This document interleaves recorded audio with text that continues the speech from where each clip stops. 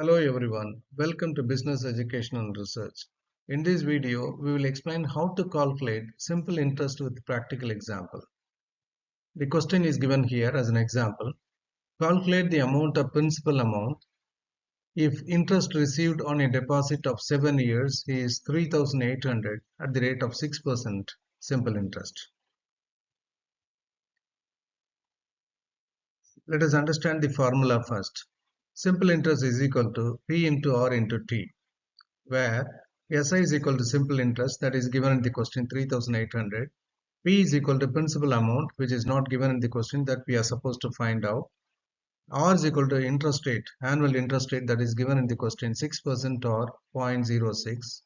T is equal to time period in years that is 7 years.